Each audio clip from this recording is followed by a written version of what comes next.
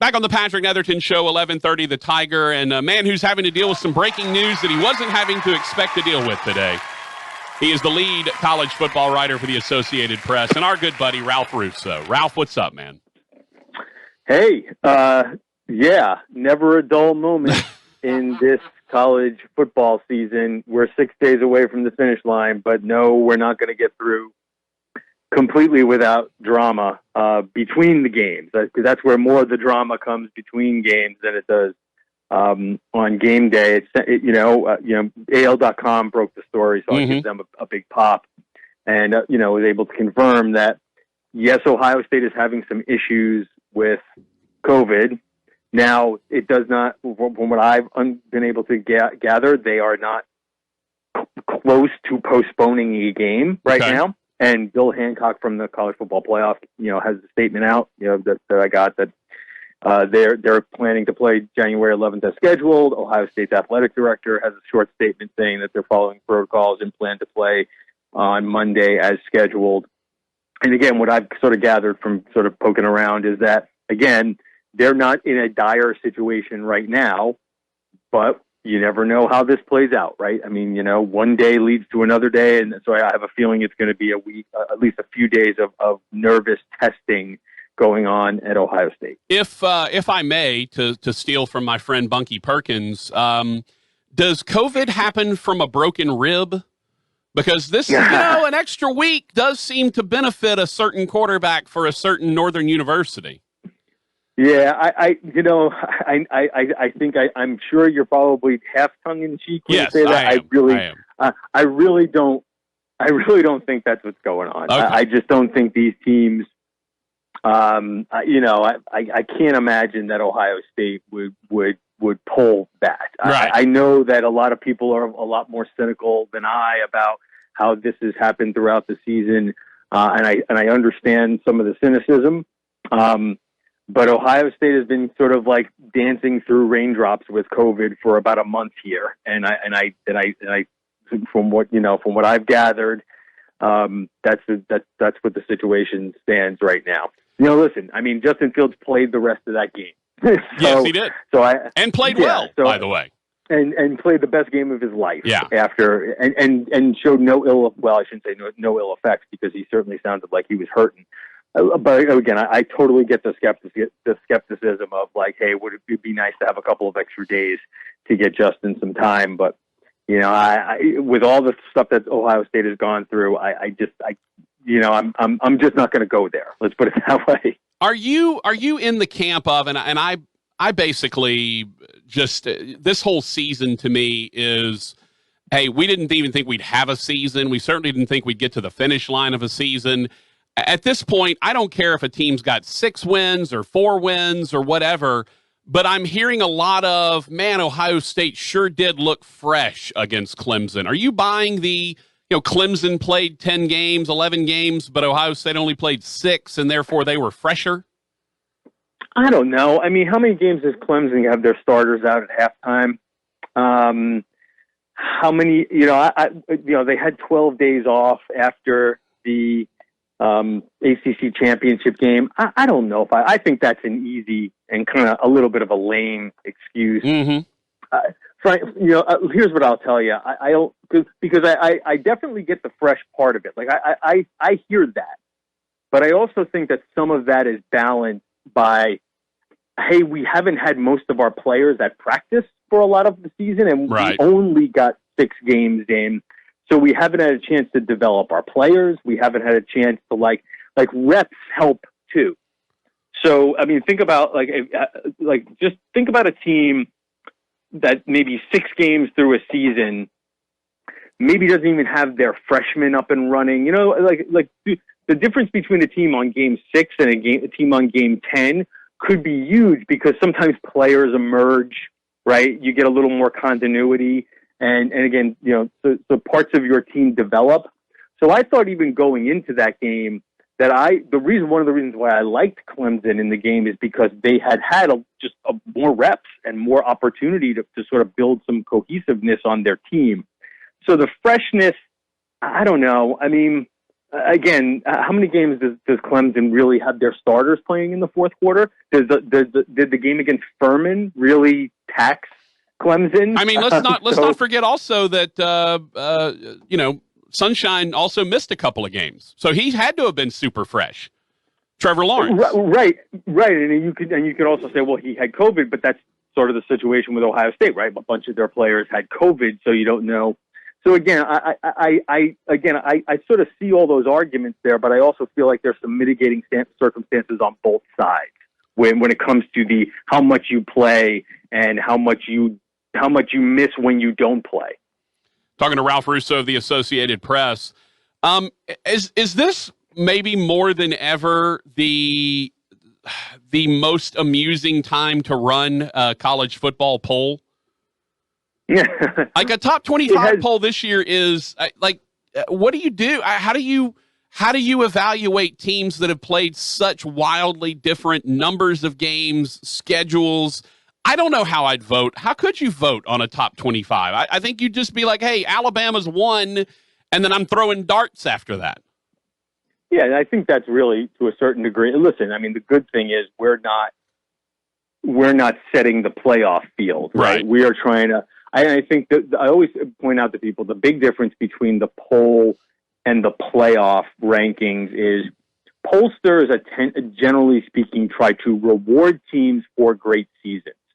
So, sure, Coastal might not be better than Georgia, but Coastal had a great season, and Georgia kind of had a disappointing season for Georgia's standards. I think when they finally shakes out in the final poll, Georgia will probably be ahead of Coastal. But if Georgia's number 9, let's say, and Coastal is 13, 12 or 13, I think a lot of it goes into that mindset of pollsters are trying to reward teams for having successful seasons, and you're trying to balance that with which one of these teams is better, which one of these teams would win on Saturday. But I think it steers more towards, especially at the end of the year, rankings as rewards.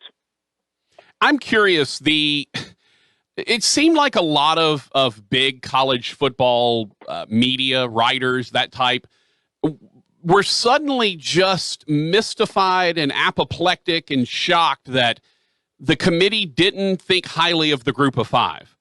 I'm more baffled that they didn't understand that going in. It's been this way forever. Were you shocked at all that the committee undervalued ULL and BYU and Coastal and Cincinnati and all of these group of 5 teams? It's an interesting way to put it, Patrick, because I think I was a little more towards your boat, which is not that I approve of the way those teams were treated, but I certainly wasn't surprised by the way those teams were treated. And the idea that became sort of the cause that everybody was going to be fighting for. Now, listen, of course, the circumstances, as we said, when we talk about the AP poll, right? These teams, the weirdness of this season gave opportunities for Coastal and Louisiana Lafayette and some of these other teams to maybe clear out some of the Power 5 teams. Yeah. So those teams were far more in the spotlight this year. And I think it threw, because of that, the spotlight was even brighter on the idea of, hey, these teams don't get a fair shake. But this has been happening all along. So again, it shouldn't have been a surprise, but it became a cause that sort of the hot cause to get behind this year. But yeah, I'm with you. It played out very much the way I thought it was going to play out. Yeah, now I'm not necessarily thrilled with it. The difference is that the committee didn't have all these extra games to hide behind this year. They didn't have the Big Ten teams went 10-0 or 9-1 or whatever. You didn't have the extra games that you could hide behind and say, well, look, Ohio State going 9-1 is better than Coastal Carolina going 11-0. We just know that. That they didn't have that to hide behind. You had a couple of things. You're right. So you had 2 major conferences, obviously, playing fewer games, right, with the Big Ten and then the Pac-12. So that sort of took some of those teams in a normal year, you would probably have a few Pac-12 teams in there, and you probably would have had a few more Big Ten teams in here, sort of stacking on top of the G5 teams. The other thing you had was because the SEC played only conference games and the ACC played mostly conference games, and all these big conferences played among themselves, it created a situation where you added a few losses onto some of those teams, right? There's probably at least one or two SEC teams that would have gotten to 7 or 8 wins in a normal season because they would have padded their record on, sort of like a bunch of non-conference games. Yeah. So they might have been able to stack up those games. And when you remove all that, a few conferences playing fewer games and a few conferences playing, all these conferences playing only among themselves, it gave these G5 teams an opportunity to sort of have some bulky records, but also, again, to sort of show their stuff and get a chance to be in the spotlight. The interesting thing to me is you hear so many of these people, and early on when we were getting SEC versus SEC in the first couple of weeks, and everybody's like, hey, this is kind of cool. Why don't we do this more often? Why don't we have 10 SEC games?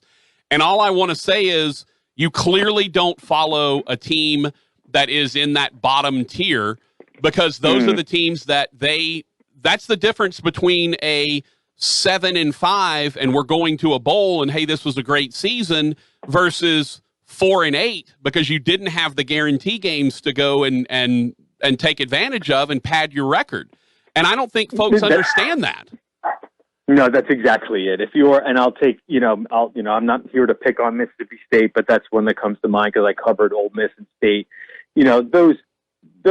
Those schools are not looking to play 9 or 10 SEC games because they're not going to be able to get to 6, 7, 8 wins as often as they would. And it really goes throughout almost most of the SEC. But if you sort of look at the powers, right? I mean, I think Alabama, of course, wants to play as many tough games as possible because they know they have an NFL roster, right?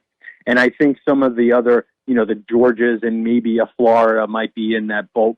But when you're sort of in the second to third tier of the SEC, where you're just sort of trying to figure out a way to get to 6 or 7 wins consistently, you have no desire to be playing a 10 or a 10-game conference schedule. I don't think that has any. Now, at some point, I think the SEC could go to 9. Sure, but I think that might have something to do more with television inventory and TV contracts and and filling seats, right? Because I mean, I think all these schools are realizing, like, boy, we need to play some better games to get people to actually come and buy tickets to these games. So maybe if we add one more conference game, how does that sound? Like, so they're all trying to figure out. So I think the financial considerations might eventually push the SEC to expand that from 8 to 9 conference games. But even with that, there are people who are really apprehensive to do that because that might be putting on too much of a burden. Ralph Russo of the Associated Press. And Ralph, this is why since 2013, 2014, I've been pushing for a Group of 5 playoff, because I don't think the Power 5 is ever going to allow the Group of 5 in, and I'm not entirely certain, even if they expand to 8, that they're going to let the Group of 5 in. And I think everyone's banking on, hey, when they expand to 8, and we know that'll happen at some point, when they expand to 8, there's going to be a guaranteed spot for the Group of 5, but I'm not so sure of that. I don't think that's guaranteed. Yeah. I think that there's going to have to be some fighting for that. And I do think it would happen, because I do think if you don't, that's when the lawyers start rolling in. Yeah. And you start dealing with some antitrust issues, because that happened, 20 years ago with Tulane and the BCS, right? Right. So I do think that, but again, not guaranteed. I think, though, again, these discussions are going to start, if they haven't already, about what the next version of the playoff looks like. And the Group of 5 is going to have to fight for that kind of access. Yeah. I think they'll get it, but they're going to have to fight for it. I've always been skeptical of the idea of a Group of 5 playoff, because I believe if the Group of 5 sort of becomes untethered to the biggest prizes in college football, even if they don't have a chance to win the championship, the national championship, but if they're sort of have a place in the system and they are a part of the big system, I think that there is a lot more money even if you're the, sort of the stepchild in this big system, than if you go it alone and you think you're going to be a big fish in a smaller pond. Well, I don't know if that pond has a lot of money in it. Yeah, my major thing is, would I rather see, and I don't think it should change anything about the regular season. I think this should be strictly a postseason event where you say, would I rather watch BYU go and play in the First Responders Bowl, and I don't remember what bowl they actually played in, but would I rather go see BYU play in the First Responders Bowl for nothing, essentially, or would I rather see them go and play or host Boise for a chance to move on and win a national championship? I think that if I'm ESPN, I would much rather air that than I would the First Responders Bowl. Maybe I'm wrong, but I think there's inventory there. Yeah, from a competitive standpoint, I think you're right. You'd get in more interesting games and with higher stakes. I don't think if you just said, hey, G5, we just want to, because here's the other thing, the playoff makes a lot of money, right? Yeah. It's a ton of money. And Sure. if it gets bigger, it's going to make even more money. Even the trickle down, the scraps that are being thrown to the G5 the hush out of money. The current system. The hush money. Right.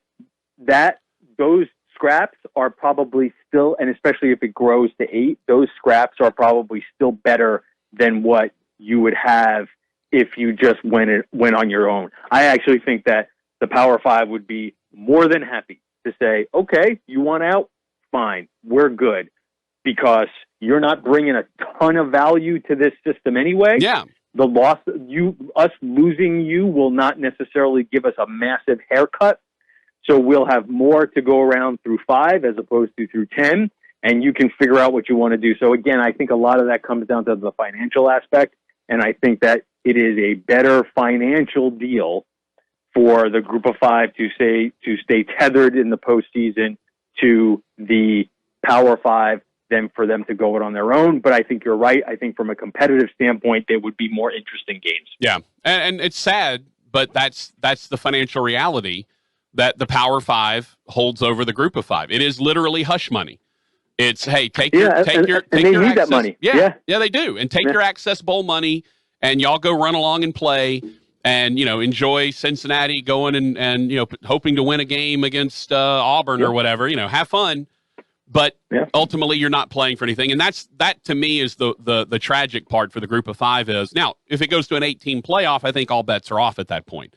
Because you may actually get real access to the playoff, and then you can talk. But still probably not as much as you would have liked. No, right? I mean, you're probably still looking at one spot for 5 conferences, and listen. There's also the reality of it. I try to champion the Group of 5 to a certain degree, as far as the more college football is better than less. So I enjoy all of college football. Especially at the FBS level, because I thought I sort of have to cover all of it at the FBS level, especially. However, listen, there is also something to be said for the idea that very few of these G5 teams can compete on a really consistent basis with the top of the Power 5, with what you would consider the playoff contenders. So, as much as I'd like to see them get a bit of a more fair shake, I also understand that it's not apples to apples. Yeah. It's not completely apples to apples. Well, right? I'm not 100% sure it's fair to have anyone compete against Alabama this year anyway, Ralph. So that's a good point too. That's a fair assessment as well. And I've made that point over and over. Listen, I could have very well have been happy to see Cincinnati get a crack at Alabama, because I don't think they would have done any worse than anybody else they would have thrown up there to be chum. For Saban's team. Speaking of, last thing for you, Ralph, before we let you go, and again, thank you for your time. Any thoughts on the championship game? Who do you like? It's hard not to like Alabama. Yeah, it really for is. all the reasons why we said before. I mean, that offense is producing at a level that, listen, let's put it this way. We thought we saw the greatest college offense of all time last year with Joe Burrow and LSU, and this offense is operating in the same sort of space as that offense. And that was as good offense as we had ever saw. So to see that replicated or to even come close, I just, in today's college football, there's not a lot of defense being played. I think Ohio State has the ability to sort of hang, if Fields plays as well as he did last week, and they have some playmakers, so you could end up with a shootout and Ohio State having a game similar to the way Florida did, right? Like you're sort of in the vicinity of Alabama right. most of the game. You're able to score enough to keep it interesting, but never really being able to overcome or to be in a position to like sort of take a lead late in the game. Well, hey, just remember while you're advocating for more college football, the old Southland Conference gets cranked up in about a month. So be ready for us in February, brother. Yeah, no, you're right. We got some spring ball coming later on this year from the FCS. So that'll be an interesting thing to see how that plays out. Ralph, you're the best, as always. Keep us up to date on everything. We look forward to catching up with you before too long, man. Thanks a lot, Patrick. Take care. All right. Ralph Russo, the Associated Press. Ralph D. Russo AP. Ralph D. Russo AP is his Twitter handle.